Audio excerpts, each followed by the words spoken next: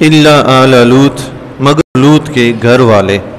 حضرت ابراہیم علیہ السلام نے فرشتوں سے پوچھا تھا کہ تمہارا آنے کا مقصد کیا ہے، تم کس کام کے لیے آئے ہو؟ ایک تو انہوں نے حضرت ابراہیم علیہ السلام کو بیٹے کی بشارت دی تھی، تو ابراہیم علیہ السلام نے پھر پوچھا اور کیا کام ہے؟ تو انہوں نے کہا ہم مجرم قوم کی طرف بھیجے گئے ہیں۔ مجرم سے مراد حضرت لوط علیہ السلام کی قوم تھی جو بدکاری میں گناہوں میں مستغرق تھے۔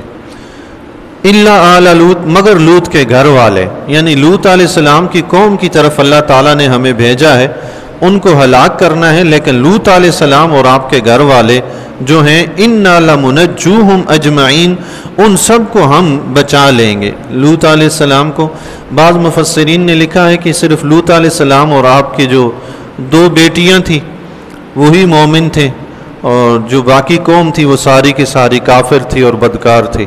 اور بعض نے یہ بھی فرمایا ہے کہ لوط علیہ السلام پر کچھ دیگر افراد بھی تھے جو ایمان لائے، تو اللہ تعالیٰ نے لوط علیہ السلام، آپ کی بیٹیوں کو اور جو دیگر مومن تھے ان سب کو بچا لیا۔ الا امرأتہ قدرناہ انہا لمن الغابرین، مگر اس کی عورت ہم ٹھہرا چکے ہیں کہ وہ پیچھے رہ جانے والوں میں ہے۔ حضرت لوط علیہ السلام کی بیوی تھی واحلہ، وہ مسلمان نہیں تھی، لوط علیہ السلام پر ایمان نہیں لائی تھی، تو وہ اپنی قوم کو مخبری وغیرہ بھی کر دیتی تھی، تو اس کے بارے میں فرمایا کہ لوط علیہ السلام اور اس کے گھر والوں کو تو بچایا جائے گا، مگر جو آپ کی بیوی ہے اس کو نہیں بچایا جائے گا۔ اس سے پتہ چلا اگر نیک لوگوں کے ساتھ رہنا ہے تو نیک لوگوں سے محبت بھی کرنی ہے، ان کی اتباع بھی کرنی ہے، تبھی چھٹکارا ملے گا۔ دیکھیں رہتی تو لوط علیہ السلام کے گھر میں تھی، چونکہ آپ پر ایمان نہیں لاتی تھی، آپ کی معتقد نہیں تھی، تو اللہ تعالیٰ نے بیوی کو غرق کر دیا، لیکن لوط علیہ السلام اور آپ کے سارے دیگر گھر والوں کو بچا لیا۔ اللہ اکبر۔ فلما جاء آل لوط المرسلون، تو جب لوط کے گھر فرشتے آئے، ابراہیم علیہ السلام کے ساتھ گفتگو ہوگی، اب یہ فرشتے حضرت لوط علیہ السلام کے گھر تشریف لے آئے۔ قال انکم قوم منکرون، کہا تم کچھ بیگانے لوگ نظر آتے ہو۔ لوط علیہ السلام نے دیکھا کہ یہ اس بستی کے تو ہیں نہیں، اگر بستی کے ہوتے تو میں پہچانتا ہوتا کہ یہ فلاں فلاں ہیں، تو یہ یقیناً مسافر ہیں، اور مسافر ہیں تو ان کے چہروں پہ، ان کی جسامت پہ کوئی سفر کے آثار نظر نہیں آتے، کیونکہ دور سے بندہ آتا ہے تو کچھ گرد و غبار ہوتی ہے، کچھ تھکاوٹ محسوس ہو رہی ہوتی ہے، چہرے سے عیاں ہوتا ہے کہ بندہ سفر کر کے آیا ہے، لیکن ان کے چہرے سے کچھ عیاں نہیں، سفر کا بھی پتہ نہیں، یہاں کے رہنے والے بھی نہیں، تو فرمایا تم کچھ بیگانے نظر آتے ہو، اجنبی معلوم ہوتے ہو۔ قالوا بل جئناک بما كانوا فیہ یمترون، فرمایا فرشتوں نے کہا بلکہ ہم تو آپ کے پاس وہ لائے ہیں جس میں یہ لوگ شک کرتے تھے۔ یہ حضرت لوط علیہ السلام کے گھر جب فرشتے پہنچ گئے تو یہ خوبصورت نوجوانوں کی شکل میں آئے، چونکہ حضرت لوط علیہ السلام کی قوم میں یہ بیماری تھی کہ وہ مرد ہم جنس پرستی میں مبتلا تھے، تو اللہ تبارک و تعالیٰ نے ان کو اس گناہ کا عذاب دینا تھا، تو وہ فرشتے جو تھے نوجوانوں کی شکل میں آئے تاکہ لوط علیہ السلام کی قوم اپنی بدکاری کے لیے آگے بڑھے، یہ فرشتے دیکھ لیں اور یہ ایک گواہی فرشتوں کی ہو جائے گی اور نظر آ جائے گا کہ یہ تو قوم ہی ایسی بدکار ہے، ان کو ہلاک کیا گیا تو اس وجہ سے ہلاک کیا گیا۔ اب لوط علیہ السلام کے گھر جب یہ نوجوان تشریف لائے فرشتے تو ان کی قوم کو پتہ چل گیا، تو قوم بھاگتی دوڑتی ہوئی آئی بدکاری کے لیے، تو لوط علیہ السلام نے انہیں بہت روکا، بہت سمجھایا، مگر وہ نہ روکے، تو لوط علیہ السلام بہت پریشان ہوئے۔ اور جب فرشتوں نے لوط علیہ السلام کی پریشانی دیکھی کہ ہماری وجہ سے یہ پریشان ہو رہے ہیں، اس وقت فرشتوں نے لوط علیہ السلام سے کہا کہ آپ ڈریے نہیں، گھبرائیے نہیں، اندیشہ نہ کریں، ہم وہی چیز لے کر آئے ہیں جس کا ان کو شک تھا۔ وہ کیا چیز تھی؟ لوط علیہ السلام انہیں اللہ کے عذاب سے ڈراتے تھے، مگر وہ قوم مانتی نہیں تھی۔ عذاب ہے تو لے آؤ، عذاب ہے تو لے آؤ، جو کرنا ہے کر لو۔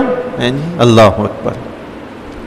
اللہ کے محبوب بندوں کا اس طرح مقابلہ نہیں کرنا چاہیے۔ اللہ کے ولی جو ہوتے ہیں ان میں بڑا تحمل ہوتا ہے، بڑا صبر ہوتا ہے، بہت برداشت ہوتی ہے۔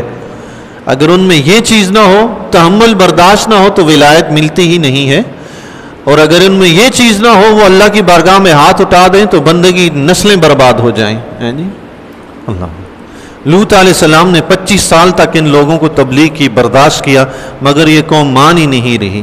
اللہ کا عذاب آئے گا تو آپ لے آئیں۔ تو فرشتوں نے کہا جس میں یہ شک کرتے تھے نا، اب ہم وہ لے آئے ہیں جی۔ حضرت لوط علیہ السلام سے فرمایا وَأَتَيْنَاكَ بِالْحَقِّ وَإِنَّا لَصَادِقُونَ، اور ہم آپ کے پاس سچا حکم لائیں اور ہم بے شک سچے ہیں۔ آپ پریشان نہ ہو ان کی ان حرکتوں سے، ہم اللہ کا حکم لے آئے ہیں، اب ان پر عذاب آ کر رہے گا۔ فَأَسْرِ بِأَهْلِكَ بِقِطْعٍ مِّنَ اللَّيْلِ، تو اپنے گھر والوں کو کچھ رات رہے لے کر باہر جائیے۔ لوط علیہ السلام سے انہوں نے عرض کی کہ حضور آپ اپنے گھر والوں کو لے کر یہاں سے تشریف لے جائیے۔ اللہ اکبر، یہ وہ بستی ہے جس پہ رب کا عذاب آنے والا ہے۔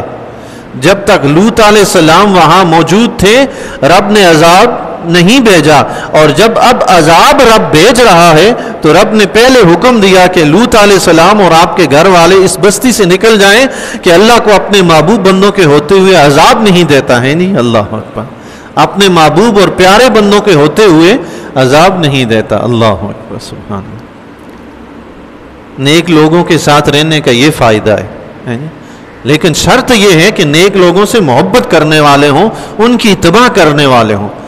محض نیک لوگوں کے ساتھ رہنا، دل میں ان کی دشمنیاں پالنا، نفرتیں کرنا، جی رہتے ان کے ساتھ ہیں تو یہ رہنے کا کوئی فائدہ نہیں ہے، جس طرح لوط علیہ السلام کی بیوی کو فائدہ نہیں ہوا۔ وَاتَّبِعْ أَدْبَارَهُمْ وَلَا يَلْتَفِتْ مِنْكُمْ أَحَدٌ، اور آپ ان کے پیچھے پیچھے چلیے اور تم میں سے کوئی ایک پیچھے پلٹ کر نہ دیکھے۔ وَامْضُوا حَيْثُ تُؤْمَرُونَ، وہاں تشریف لے جائیے جہاں جانے کا حکم دیا گیا ہے۔ لوط علیہ السلام کو اور آپ کی بیٹیوں کو، جو بھی ایمان لائے تھے آپ پر، ان کو یہاں بستی سے نکالا گیا۔ اللہ اکبر، سبحان اللہ۔ وہ پروردگار ہے جی، جو بندہ اپنے رب کو راضی کرے، اپنے رب کو خوش کرے، بڑی مشکل سے مشکل آ جائے رب بھی اس کو خوش کر دیتا ہے۔ بڑی سی مشکل سے مشکل آ جائے، کتنی ہی مشکل میں پھنسا ہو، اچانک رب کی مدد آ جائے گی۔ جا میرے بندے، تو میرا ہے میں تیرا ہوں۔ سبحان اللہ، اللہ۔ عذاب آنے والا ہے، اور لوط علیہ السلام اور آپ کی بیٹیوں کو وہاں سے مومن لوگوں کو نکال دیا گیا۔ اللہ اکبر۔ کہاں جانے کا حکم دیا گیا؟ علماء کرام نے فرمایا ہے کہ آپ اردن، شام اور سدوم، یہ 3 شہر تھے، ان تینوں شہروں میں آپ نبی بن کر مبعوث ہوئے تھے، اور یہاں سے شام جانے کا حکم ہوا یا اردن جانے کا حکم ہوا لوط علیہ السلام کو۔ وَقَضَيْنَا إِلَيْهِ ذَلِكَ الْأَمْرَ، اور ہم نے اسے اس حکم کا فیصلہ سنا دیا، أَنَّ دَابِرَ هَؤُلَاءِ مَقْطُوعٌ مُصْبِحِينَ، کہ صبح ہوتے ہی ان کافروں کی جڑ کٹ جائے گی۔ اللہ اکبر۔ لوط علیہ السلام کو حکم دیا کہ رات کے پچھلے پہر آپ اپنے گھر والوں کو لے کر، مومن لوگوں کو لے کر نکل جائیے، اور فیصلہ ہو چکا ہے کہ کافروں کی جڑ کاٹ دی جائے گی، ان میں سے کوئی ایک بھی نہیں بچے گا۔ اللہ۔ قاتل کو حکم ہے کہ قتل کر دیا جائے، بدکار کو حکم ہے کہ سنسار کر دیا جائے، ان لوگوں کو جینے کا حق کیوں نہیں دیا جاتا؟ ایک تو جرم کیا اس وجہ سے، اور اس میں ایک دوسرا نقطہ اور بھی ہے۔ ایک تو یہ ہے نا کہ جرم ہے تو اس جرم کی سزا جیسا کیا ہے ویسا، جیسا کرو گے ویسا بھرو گے، جیسا کیا ویسی سزا۔ دوسرا ایک نقطہ یہ بھی ہے کہ بدکار انسان بدکاری پھیلاتا ہے، وہ اپنے ساتھ دیگر لوگوں کو بھی برباد کرتا ہے۔ ایک شخص بگڑا ہے تو بہتر ہے اسے ایک کا کلا کما کر دیا جائے تاکہ معاشرہ بچ جائے۔ اگر اس ایک کو معاف کیا تو معاشرہ برباد ہوگا، ہیں جی۔ تو اللہ تعالیٰ نے ان کافروں میں سے کسی ایک کو باقی نہیں چھوڑا۔ وجہ، جو باقی بچتے ان میں بیماری جو تھی وہ اسی بیماری کو آگے پھیلاتے، تو ان کے بچانے کا فائدہ کیا تھا؟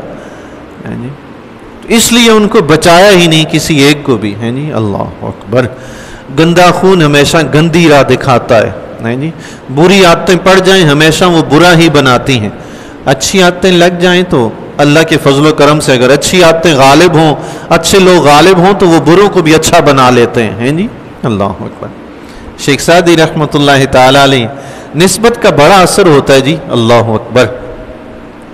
شیخ سعدی رحمۃ اللہ علیہ اپنے انداز میں بیان فرماتے ہیں کہ میرے پاس مٹی کسی نے، حمام میں بیٹھا ہوا تھا، کسی نے مجھے مٹی لا کر دی، بڑی خوشبودار تھی۔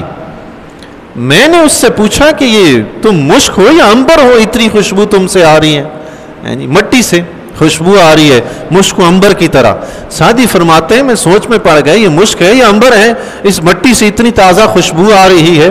تو فرماتے ہیں مٹی نے اپنے حال میں مجھے جواب دیا کہ سعدی میں تو مٹی ہی ہوں, تم صحیح کہہ رہے ہو. سعدی نے فرمایا تم مٹی ہو, تمہارے اندر سے مشک و عنبر کی خوشبو کیسی ہے؟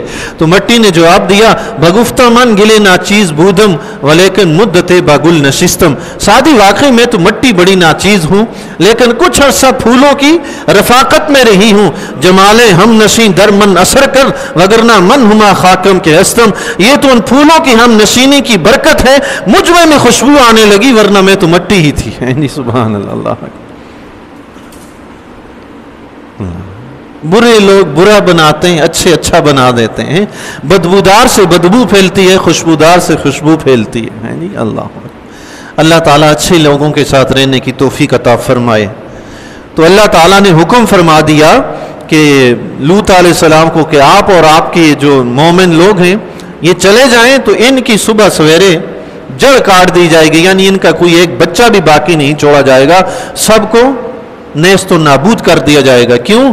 جو بچے کا اس نے گند ہی پھیلانا ہے, گندے نے گند ہی پھیلانا ہے, تو بہتر ہے اس گندے کا کلا کما کر دیا جائے تاکہ معاشرہ صاف ہو جائے. اللہ تبارک و تعالی صراط مستقیم پہ چلنے کی توفیق عطا فرمائے.